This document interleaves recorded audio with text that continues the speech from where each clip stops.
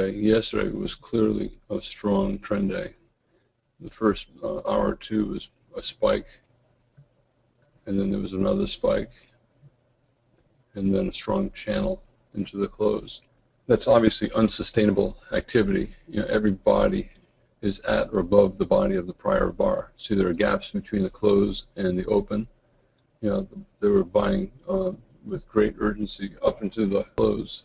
That's not sustainable, but it may sustain longer than your account if you're trying to short it, thinking that it's unsustainable.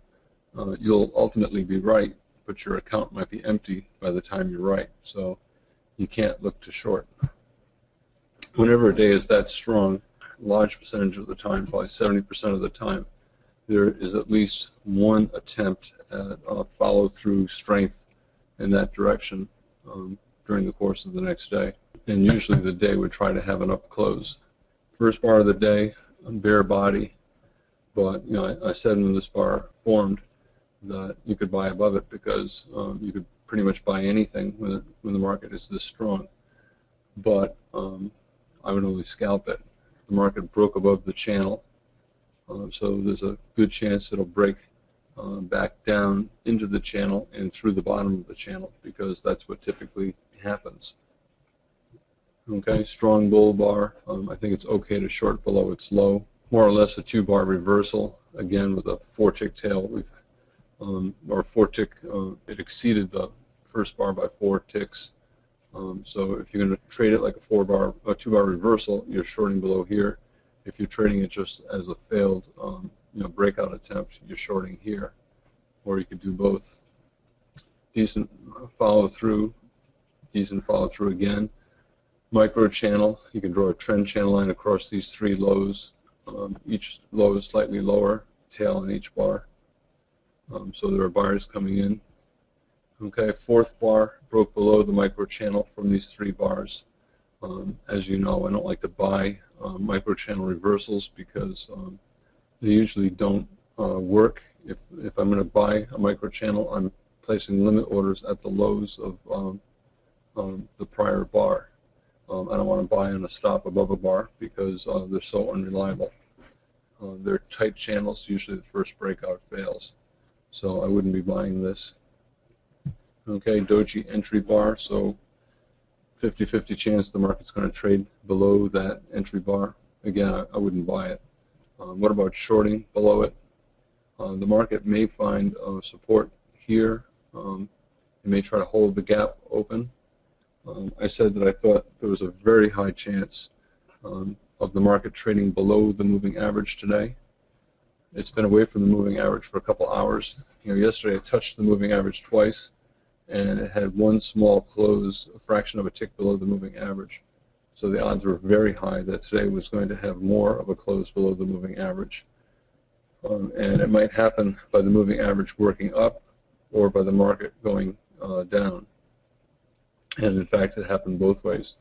There's room for a scalp below this low because this low is 7 ticks below, so you could scalp and not worry about getting stopped out on a double bottom. Okay, this is the breakout of the micro channel. This is the pullback.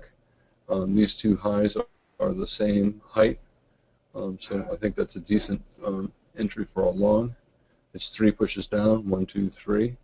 But if you buy it, I think you have to assume there's going to be more down. This is a buy climax, and a climax usually has at least a two-legged correction, and a channel is usually the first leg. So I wouldn't say this is the first leg, pullback, and second leg. To me, this is the first leg. Okay, decent bull bar, same situation as here. Do you enter here or do you enter here? I think there are arguments for both. Doji inside bar, so you could buy above the doji bar or above the bull bar if you didn't already buy here. And again, I'm looking for a lower high and a second leg down. Okay, market might be forming a lower high. Not a good entry for here, not good follow through. I think it's okay to short below there. There's room down. Finally got a bare body. You could short below the bare body. It's always better to short below bare bars. Okay, market looking okay. What about, is this enough of a second leg to buy above this bar? 3 down bars like that with good bodies. I'm not going to buy the first attempt up. Also, I've been waiting for the market to get a close, 2, 3, or more ticks below the moving average. So I think there's more of a correction to go. Okay, what about buying above that bull bar? It's a pullback to the moving average. Buying above a pullback to the moving average in a strong market is a reasonable buy. I think it's okay to buy above the bull bar. What about shorting below it? I think that's a little trickier, but this lower high could lead to a second leg down. Okay, the gap got closed. Okay, the market's trending down, fairly tight channel. So if there's a breakout, there should be a pullback. Okay, what about scalping above this bull bar? It's a gap bar. Yesterday's a strong bull trend day.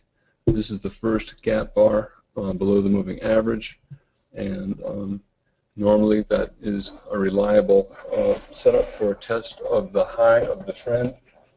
But to me, this is a buy climax. We have a spike, a channel. I wouldn't buy the first gap bar. I might buy the second, but not too hard. The gap bar traders might be okay, but there should be a pullback. So if it is good, there should be a pullback to get in.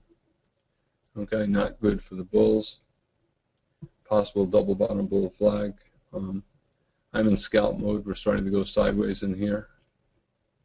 This is also, you can argue, an EMA gap 2 bar, a second entry on the gap bar, but this is 2 sideways. I'd rather wait to see if there's going to be a low 2 and then either short the low 2 or look to buy a final flag reversal up. And this is the low 2 setup. Okay, might be forming a final flag. This might become a final flag. 3 pushes down around the measured move target from that height. But that's not a good entry bar for me. You can argue 2 legs down to a lower low, 3 pushes down, but I'd rather find a better entry bar. Okay, that's better. You got a bull body, inside bar. That's better still. A strong bull close at the high. I think that is a reasonable buy. The market should try to have 2 legs up after the wedge bull flag, and today should have some strong buying at some point today, following through on yesterday. The entire day was strong, so this could be the setup for a strong move up, maybe testing here, maybe double top bear flag, maybe to a new high of the day. Not a good looking entry bar, not good follow through. This is a low 2 short setup, but to me it's after a wedge. I think this is a tricky thing to short. I think I may have shorted this, and I think I got out within seconds with a 1 tick loss. I only like to short near the low of the day if I think the trend is strong, and with the possible wedge bull flag and with all the strength from yesterday, the market should have more up. Okay, possible